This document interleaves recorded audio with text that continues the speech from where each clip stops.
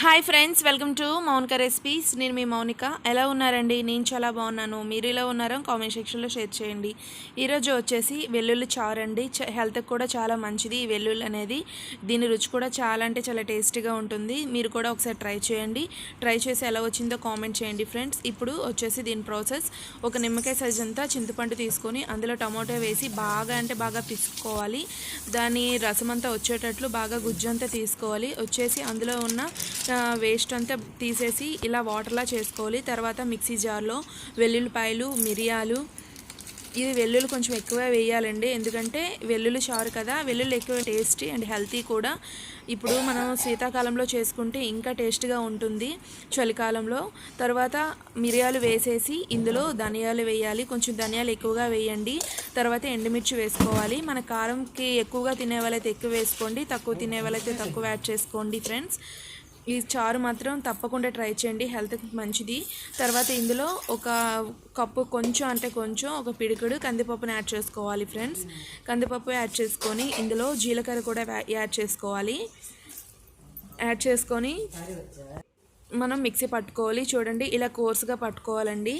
అది మిక్సీ పట్టుకున్నప్పుడే చాలా అంటే చాలా మంచి స్మెల్ వస్తుంది.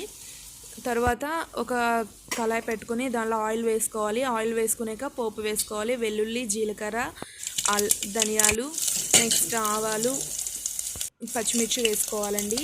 తర్వాత ఎండుమిర్చి కూడా వేసుకోవాలి.